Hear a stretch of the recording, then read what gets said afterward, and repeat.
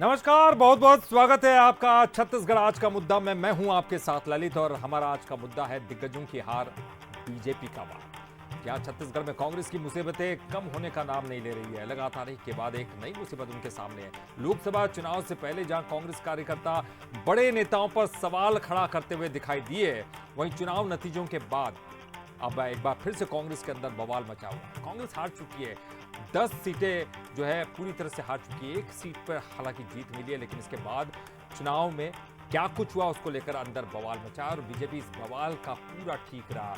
नेता प्रतिपक्ष चरणदास महंत के सिर पर फोड़ रही है। तो क्या कुछ चल रहा है कांग्रेस के अंदर खाने, और बीजेपी किस तरह से चुटकी ले रही है, मजे ले रही है, इस पर हम चर्चा करेंगे। हमारे साथ खास पैनल भी जुड़ा रहेगा, लेकिन पहले यह खास रिपोर्ट। हम लाठी धरैया आदमी चाहिए, नरेंद्र मोदी के मूड फोरैया आदमी चाहिए, और रात दिन तंग करके यहाँ ले चीन भेजने वाला आदमी चाहिए। नेता प्रतिपक्ष चरणदास महंत का ये बयान तो आपको बखूबी याद होगा, जिसने चुनाव से पहले प्रदेश की सियासत में जमकर बवाल मचाया था। बीजेपी ने इस बयान को बड़ा मुद्दा बनाकर पूरे प्रदेश में प्रचारित किया, लेकिन 24 के चुनावी नतीजों के बाद एक बार फिर महंत का ये बयान सुर्खियों में है। कांग्रेस को मिली करारी हार का ठीकरा अब महंत के इस बयान पर ही फोड़ा जा रहा है। कांग्रेस के अंदर खाने जहां इसे लेकर चर्चा गर्म है, तो बीजेपी इस बयान पर चुटकी ले रही है। भूपेश बघेल को आगे करके लाठी वाला बयान चरणदास महंत जी जाकर के राजनांदगांव में भूपेश बघेल जी का कबाड़ा कराए। उधर उनका गृह विधानसभा क्षेत्र शक्ति पड़ता है, वहाँ डॉक्टर शिव डहरिया जी को 17,500 वोटों से हरवा दिए। देवेंद्र यादव जी को उन्होंने घोषित कर दिया है बाहरी हैं। इस तरह से सबको निपटाने का काम चरणदास महंत जी ने किया है, और निश्चित रूप से कांग्रेस एक डूबती नाव है, और इस डूबती नाव में की स्थिति लगातार बद से बदतर होती जा रही है। चुनाव से पहले कांग्रेस में जमकर खींचतान देखने को मिली। कहीं कार्यकर्ता खुले मंच से बड़े नेताओं का विरोध करते दिखे, तो कहीं बड़े नेताओं के बयानों ने आग में घी का काम किया। लेकिन जब कांग्रेस की हार का पर्चा महंत के नाम पर फाड़ा गया, तो खुद महंत ने आगे आकर मोर्चा संभाला। अब हम जिम्मेदार हम ही लोग हैं, समझ लीजिए। इसकी समीक्षा करेंगे कि हमारा कितना दोष है, किसका कितना दोष है। लेकिन इसी पे ये तो मैं समझता हूँ कि ओपी चौधरी जो निपट गवैया है, अगर उसको गांव की भाषा समझ में नहीं आती तो मैं उसको कुछ नहीं कह सकता। मगर वो खरबूजा को देख के खरबूजा जैसे रंग बदलता है, उसी तरीके से भाजपा में आकर वो रंग बदलने लग गया। तो उसको मैं चेतावनी देखता हूँ कि वो छत्तीसगढ़िया ही बना रहे, वो मत संगत में पड़े इनके। एक तरफ हार की हताशा और दूसरी तरफ बीजेपी का जले में नमक छिड़कना। कांग्रेस इस वक्त मुश्किल दौर से गुजर रही है। कांग्रेस ने जीत की उम्मीद से जिन दिग्गज नेताओं को मैदान में उतारा था, उन्हें भी बुरी तरह हार झेलनी पड़ी। ऐसे में दिग्गजों की हार पर हो रहे बीजेपी के वार की कांग्रेस क्या काट निकालती है, ये फिलहाल वक्त के गुल्लक में बंद है। तो कांग्रेस के सामने मुश्किल ये है कि उनके पास जीती भी केवल एक सीट है, और उस सीट की चर्चा करने की बजाय वो इस पर चर्चा कर रहे हैं कि आखिरकार वजह क्या थी, दोष किसके सिर पर मढ़ा जाए। हालांकि बीजेपी इस पर चुटकियां ले रही है, और कांग्रेस के अंदर कांग्रेस के लोग जितना नहीं बोल रहे, उतना बीजेपी के लोग लगातार हमलावर हैं। बहरहाल देखिए क्या कुछ चल रहा है कांग्रेस के अंदर, और बीजेपी क्या कुछ कर रही है, इस पर हम बातचीत करेंगे। और इस पर खास हमारा पैनल मौजूद है, उनसे परिचय करवा दें। हमारे साथ मौजूद हैं राजीव चक्रवर्ती जी, बीजेपी के प्रवक्ता सुरेंद्र वर्मा जी हैं, कांग्रेस के प्रवक्ता गंगेश द्विवेदी जी हैं हमारे पास, वरिष्ठ पत्रकार हमारे साथ, उनसे चर्चा करेंगे। आप तीनों का ही बहुत बहुत स्वागत करते हैं बंसल न्यूज़ पर। शुरुआत में गंगेश जी आपसे करना चाहूँगा। देखिए जीत और हार ये तो लगी रहती है, लेकिन हारने के बाद समीक्षा करना, सबक लेना, ये बहुत ज़रूरी होता है। और जीतने के बाद भी हम कहते हैं कि अति आनंदित होने की ज़रूरत नहीं है, क्योंकि नई चीज़ें सामने होती है, नई समस्याएं सामने होते हैं, उनका सामना करना होता है। अभी जो राजनीति आपको दिखाई दे रही है, कांग्रेस के अंदर खाने जो राजनीति चल रही है, उस पर आप क्या कुछ कहेंगे? क्योंकि हम तस्वीरें लगातार दिखा रहे हैं, हारने के बाद कांग्रेस के अंदर भी बवाल मचा है, बीजेपी चुटकी ले रही है। इस हार को मैं बहुत ज़्यादा अप्रत्याशित इसलिए नहीं मानता हूं कि पिछले जब से राज्य बना है तब से छत्तीसगढ़ में जो पैटर्न रहा है, 9 से 10 सीटें कांग्रेस भाजपा के पास हमेशा आती रही। मतलब मुझे लगता है कि यहाँ की जनता का एक माइंड सेट है जिसकी तरफ ध्यान आकर्षित करना चाह रहा हूं मैं कि जब यूपीए की सरकार थी तो भी 10 सीटें भाजपा लेकर आई थी, और उसके बाद एनडीए की सरकार, और जब 3 बार रमन सिंह की सरकार रही, उसके बाद जब पिछली बार 68 सीट के बम्पर सीटों के साथ जब कांग्रेस सरकार बनाई, उसके बावजूद सिर्फ 1 सीट उन्हीं का वही 9 सीट लेकर आ गई थी। मतलब लोकसभा क्षेत्र के मामले में जो भाजपा का वर्स्ट कंडीशन 9 है आंकड़ा, और कांग्रेस का 1-2 ऐसा चलता रहा है, 2 से ऊपर कभी नहीं आई सीटें। जबकि विधानसभा में अगर आप देखेंगे तो कांग्रेस का वर्स्ट 35 रहा है, कभी 15 के लेवल पे नहीं गिरा था, जिस तरह से 68 सीट कांग्रेस लाया और पिछली बार 18 के चुनाव में। तो मैं ये चीजें मतलब समीक्षा करने की जरूरत है कांग्रेस को कि जब जो जनता आपको, और वोटिंग परसेंटेज भी कांग्रेस का बहुत ज्यादा नहीं गिरा इस बार, बल्कि इस बार जो निर्दलीय जो थर्ड फ्रंट का वोटिंग परसेंटेज था वो पूरा शिफ्ट हुआ भाजपा में, जो उनकी जीत का कारण बना। करीब 12-13% जो है वो इधर शिफ्ट हुआ। तो इस बार विधानसभा में भाजपा की जीत का कारण बना, कांग्रेस का वोटिंग परसेंटेज कम नहीं हुआ। विधानसभा में जो जनता कांग्रेस को इस तरह से वोट देती है, वो लोकसभा में क्यों इतना वोटिंग नहीं करती है, इस चीज की गंभीर चिंतन मनन करने की जरूरत है कांग्रेस को कि आप या तो प्रत्याशी चयन में कहीं ना कहीं गड़बड़ी हो रही है, या कहीं न कहीं लोकसभा के चुनाव के वक्त की रणनीति आपकी कहीं ना कहीं दोषपूर्ण, तब ये परिणाम आ रहे हैं। ये बड़ी समीक्षा का विषय कांग्रेस के लिए है, मुझे ऐसा लगता है। चलिए सुरेंद्र जी, हाँ बाकी चीजें मुझे जी कंप्लीट कीजिए। क्या मुझे लगता है कि बाकी सब चीजें तो कुछ दिन चलने वाली चर्चाएं हैं, और वो भी देखिए चटकारे लेके वो भी ले रहे थे। ओपी चौधरी जी ने बड़े मजे से उस बात को फेंका, और बहन जी ने उनको निपट गवैया बता के उनका भी मजा लेके धीरे से उसको टाल दिया। तो चलिए सुरेंद्र जी, इस पर ज्यादा जानकारी देंगे। समीक्षा का विषय है। सुरेंद्र जी, बीजेपी तो ये आरोप लगा रही है, आप भी क्या ये सोचते हैं, क्योंकि इस तरह की बातें सामने आई है, चरणदास महंत कांग्रेस को कमजोर करने के लिए बहुत बड़ी भूमिका निभाई उन्होंने।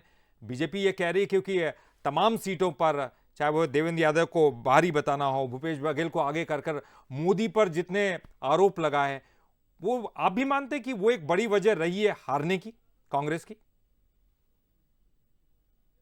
ललित जी, भारतीय जनता पार्टी के नेता जो है वो झूठ और राजनीतिक पाखंड में माहिर हैं। आपको याद होगा महंत जी ने अपने वक्तव्य पर खेद भी प्रकट किया था, और वो स्पष्ट भी किया था कि लाठी लगना जो है छत्तीसगढ़ी भाषा में एक मुहावरा है, जिसका अर्थ ये होता है, किसी भी ग्रामीण से भाजपा के नेता जाके पूछ ले, चाहे वो यादव समाज के हो या कोई भी ग्रामीण, यदि किसी के हाथ से गौ हत्या हो जाती है तो उसको लाठी लगना कहते हैं। उसका प्रायश्चित जो है वो तय प्रक्रिया है, उसमें करते हैं। तो जब से साय जी की सरकार छत्तीसगढ़ में आई है, गोठानों की व्यवस्था चरमरा गई है। हाईवे में दिन दहाड़े कंटेनर में 100-100 गायें भर के, एक तरफ कर्नाटक का नंबर, एक तरफ तमिलनाडु का नंबर, बिना सरकारी संरक्षण के कैसे, जिसमें गाय मरी हुई वहां पर पकड़ी जाती है, और आम जो गौसेवक हैं उन्होंने पकड़ा था। आज ही रायपुर से लगे आरंग में जो है मॉब लिंचिंग में 2 लोगों की हत्या हुई, और जिस तरह से 250 करोड़ बीफ कंपनियों से ये चंदा खाए, तो वो उस संदर्भ में वो आरोप लगाए, और उसके संदर्भ में उन्होंने स्पष्टीकरण भी दिया, और आज भी स्पष्ट तौर पर उन्होंने कहा। तो ये विक्टिम कार्ड खेलना पहले तो ये बंद करे। और बहुत महत्वपूर्ण बात गंगेश जी ने कही, जो छत्तीसगढ़ में की जो परिस्थितियां हैं, विधानसभा चुनाव का ट्रेंड अलग और लोकसभा चुनाव का ट्रेंड अलग, तो ये मेरा व्यक्तिगत मानना है कि जिस तरह से जो ट्रेंड रहे, निश्चित तौर पर हम 1 सीट या 2 सीट, पिछले चुनाव में 2 सीट जीते थे, और बाकी सारे अभी तक जब तक चुनाव हुए हैं लोकसभा के, 1 ही सीट कांग्रेस को मिला है। और आप देखेंगे ललित जी, आप विद्वान पत्रकार हैं, वरिष्ठ एंकर हैं, भारतीय जनता पार्टी लोकसभा चुनाव में बड़ी चालाकी से ये बड़े बड़े होल्डिंग लगाए जाते हैं कि हमने बनाया है, हम ही संभालेंगे, जबकि यह संवैधानिक प्रक्रिया है राज्य गठन का, कि जब भी नया राज्य का गठन होता है, राज्य की विधानसभा में प्रस्ताव पारित करके जाता है। तत्कालीन जो है दिग्विजय सिंह की कांग्रेस की सरकार थी, जहां से प्रस्ताव गया उसके बाद राज्य गठन की प्रक्रिया हुई। कांग्रेस के तमाम नेता, चाहे खूबचंद बघेल हो, चाहे चंदूलाल चंद्राकर हो, वासुदेव चंद्राकर जी ने यह सब आंदोलन जारी रखा था, और निश्चित तौर पर समय के साथ जब कांग्रेस की सरकार थी वहां पर तब बना। लेकिन यह झूठ को, शायद मेरा व्यक्तिगत मानना है, कुछ और भी रीजन हो सकते हैं,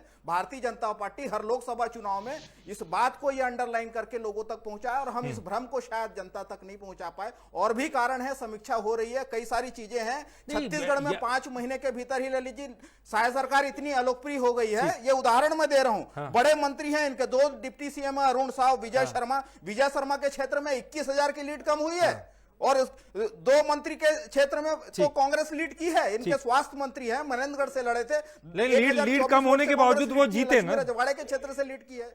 ये बिल्कुल आप सही कह रहे हैं कि लीड कम हुई है, कश्यप के क्षेत्र में लीड कम हुई है निश्चित तौर पर।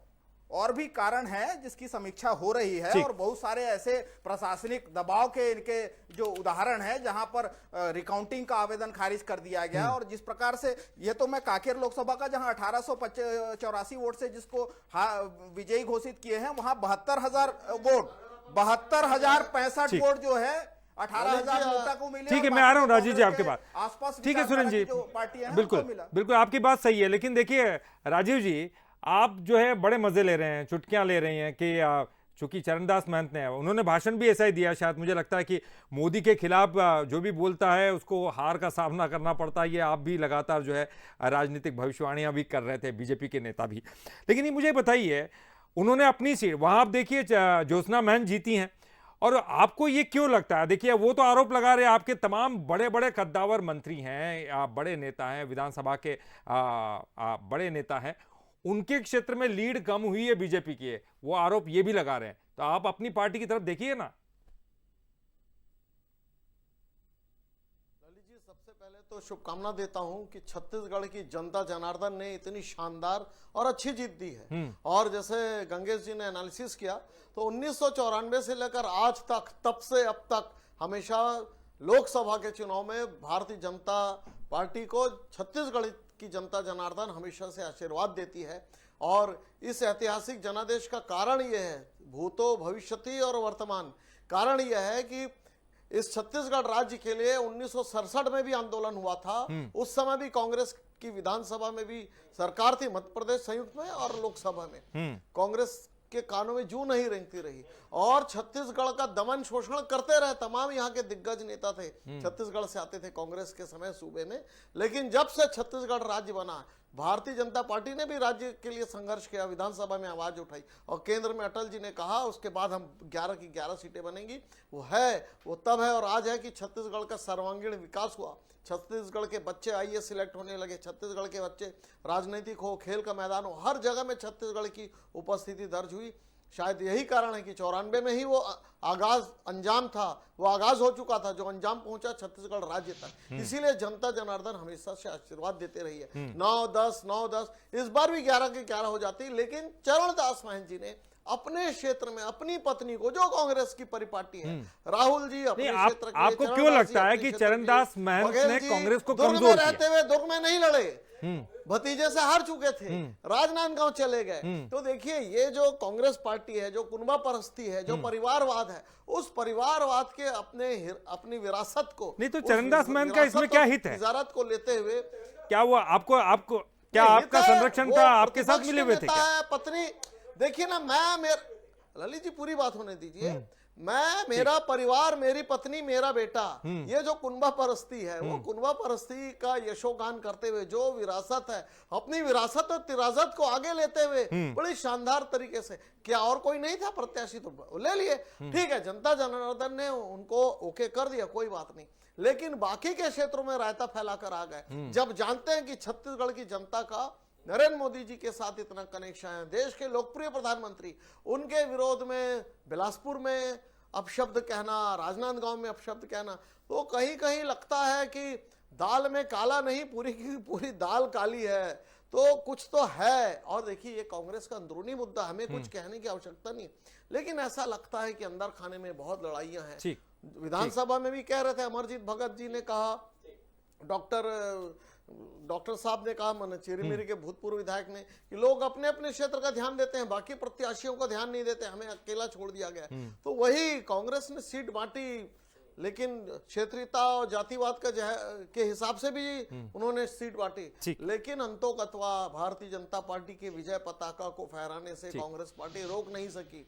और जो आपका विषय है कि क्या है, इसने कांग्रेस पार्टी हैरान है कि चरणदास महंत जी अपने सीट के लिए पूरी कवायद किए, लेकिन शायद अगर और 10 सीटों के भी अगर ध्यान रखते तो कुछ अच्छा होता, कुछ ऐतिहासिक होता। मुफ्त की सलाह थी है, लेकिन हुआ बीजेपी की तरफ से। आप इसे ले सकते हैं और उस पर अमल कर सकते हैं, या फिर बीजेपी पर वार करें। जी, इसमें तो मास्टरी है भारतीय जनता पार्टी के नेताओं को गलत बयानी, लफाजी, थोड़ा सा अपने गिरबान में भी झाके। निश्चित तौर पर मध्य प्रदेश, छत्तीसगढ़ ऐसा राज्य रहा जहां हमारी अपेक्षा के अनुरूप परिणाम नहीं आए, लेकिन यह भी सर्वविदित है कि 9 सांसद थे भारतीय जनता पार्टी के। पिछले चुनाव से 11 में से 9 लोगों की टिकट क्यों काटे? क्योंकि इनको पता था एंटी इनकम्बेंसी चरम पर है। इनके सांसदों की निष्क्रियता की बात, हजारों की संख्या में ट्रेनें निरस्त की गई, इनके सांसद दलीय चाटुकारिता में मौन रहे। और ये बात देखिए, आप तुलना कर लीजिए, उत्तर प्रदेश है, उत्तर प्रदेश में ये रिपीट किए और वहां एंटी इनकम्बेंसी का इनको परिणाम मिल गया। महाराष्ट्र में क्या स्थिति है? पूरे देश में मोदी के नेतृत्व को नकारा है। चलिए ठीक है उनकी सुन लीजिए राजू जी क्या कह रहे हैं। क्यों मिला? ओपी चौधरी दोबारा का जनादेश भी क्यों टूटेगा। मिला? पुनः जनादेश क्यों मिला? आप बता दीजिए। अरे 2 दिन से मोदी जी की जैकेट का रंग देख लो, नहीं वो कोई समझ बात में आ नहीं, जाएगा कोई आपको। बात नहीं मिला तो जितना गठबंधन की बैसाखी में जो खड़े हैं, आप जिनको गरियाते थे, जिनके खिलाफ IT ईडी के छापे डलवाए, वो चंद्रबाबू नायडू के चौखट में लौटने मजबूर हैं। तो ये जनता की ताकत है। अहंकार जो है, अब तो ईडी IT के जो अधिकारी कर्मचारी हैं, हम वो जनता चैन के की सांस सेवक लेंगे। हैं। पिछले भारतीय 3.5 जनता पार्टी साल लेकिन जनता की एक बात सेवक है। बताइए यहाँ डेरा सुरेंद्र जी, जनता की सेवा सुरेंद्र जी एक अच्छी बात है, एक अच्छी बात आपने कही, आपने अच्छी बात कही। कांग्रेस ने बहुत मजबूती के साथ चुनाव लड़ा, लेकिन छत्तीसगढ़ में क्या होगा सर? आप तो छत्तीसगढ़ के निवासी हैं, छत्तीसगढ़ में कांग्रेस उतनी मजबूती से प्रदर्शन नहीं कर पाई है। आपको छत्तीसगढ़ की बात करनी चाहिए और वहां समीक्षा करनी चाहिए। कांग्रेस मजबूत थी, बिल्कुल है, यूपी में है भारतीय जनता और पार्टी दूसरी के जगहों पर मुकाबले हुई है। आगे भी मजबूत रहेगी जी, अगर छत्तीसगढ़ में भी मजबूती के साथ खड़ी रहती है तो कहीं शायद कुछ कांग्रेस का परिणाम ही अलग होते हैं। कांग्रेस का कार्यकर्ता निराश जरूर है, हताश ठीक, नहीं है। ठीक, ये बात अच्छी भारतीय है। जनता पार्टी से बेहतर स्थिति में है। आपको क्या लगता है हार के क्या कारण हो सकते हैं सुरेंद्र जी? प्रशासनिक दमन और जो जिस प्रकार से संसाधन आपको रोके क्या गए, लगता है? कांग्रेस आपको- के खातों में ठीक है सर, समझ गया मैं, समझ गया। आपको तो क्या इनका लगता है जो सुरेंद्र जी अहंकार हार के है, क्या कारण हो उसको सकते जनता हैं? ने- अगर चरणदास महंत कारण नहीं है तो क्या कारण आपको देखिए- लगता है कि हो सकते हैं छत्तीसगढ़ में? ललित जी 3 दिन गुजरे हैं, मतगणना हुए, अभी जो चीजें आ रही है, अभी तो डेटा कलेक्शन हो रहा है, उसमें जो प्राथमिक स्तर पर जो जानकारियां आ रही है वो लोकतंत्र के लिए भयावह है। जिस तरह से कांकेर में रिकाउंटिंग का आवेदन खारिज कर दिया गया बिना कारण बताए, ठीक, जिस वो तरह तो से एक जगह डाक पत्रों में गड़बड़ियां हैं, जो बिलासपुर में 611 नंबर के साथ शिकायत हुई थी ईवीएम बदलने की, ईवीएम के नंबर मैच नहीं हो रहे हैं। तो बहुत सारे कारण हैं और इनका जो प्रशासनिक आतंकवाद, आज की घटना बता रहा हूं, जो निर्वाचन में बैठे थे, जो इनके एजेंडे पे काम किया, उनको नई पदस्थापना दी गई तत्काल। आचार संहिता हटते ही जो अधिकारी इनके फेवर में अच्छा, आए थे, मुझे जो एक भाजपा बात के बताइए एजेंडे को सुरेंद्र जी, अमल एक किया, बात वो बताइए, कृत्रिम एक बात करना बताइए। कांग्रेस सुरेंद्र जी, ने जितनी शिकायत सुरेंद्र जी एक है, सवाल उस आपसे, पे कोई कार्रवाई आपसे एक हो तो सवाल है। थोड़ी हम प्रशासनिक ठीक, आतंकवाद ठीक। और दमन का जो काम था वो भी एक सवाल का जवाब सुरेंद्र जी आप मुझे दीजिएगा। क्या आपको लगता है सही अर्थ में क्या टिकट वितरण में कुछ गलती हुई है? क्योंकि देखिए कहीं ना कहीं तो उस चीज का समाधान बहुत जरूरी है। हारे तो हार गए, उसका आप फिर से जीत नहीं सकते, लेकिन 5 साल बाद फिर मौका आना ललित जी, है। अगर इस बात- सुधार लिया जाए तो शायद आगे वो समस्या इस नहीं बात आएगी से- आपको। क्योंकि देखिए ताम्रध्वज साहू हो, शिव डहरिया हो, से कहीं विकास उपाध्याय हो, बीरेश ठाकुर हो, कहीं ना कहीं कुछ ना कुछ तो कमी रह गई ना सर।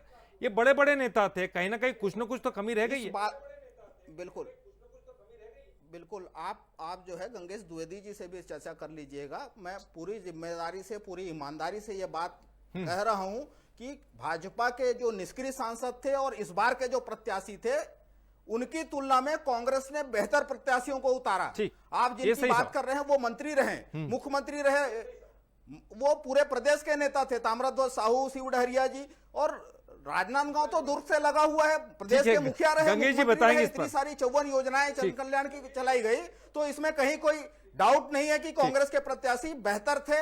निश्चित तौर पर हार हुई है, उसको स्वीकारते हैं और संगठन स्तर पर सुधार ठीक, होगा। ठीक, गंगेश जी ये सवाल मेरा आपसे है। देखिए ये कहना, देखिए कांग्रेस से भी हमने सुना, बीजेपी से भी सुना, ये कहना कि ठीक है निष्क्रिय तो दोनों तरफ थे, लेकिन बीजेपी की जो निष्क्रिय है वो बहुत ज्यादा नुकसान नहीं पहुंचा पाया, बीजेपी को फायदा ही पहुंचा दिया उन्होंने, लेकिन कांग्रेस के निष्क्रिय लोगों ने कांग्रेस को बहुत ज्यादा नुकसान पहुंचा दिया।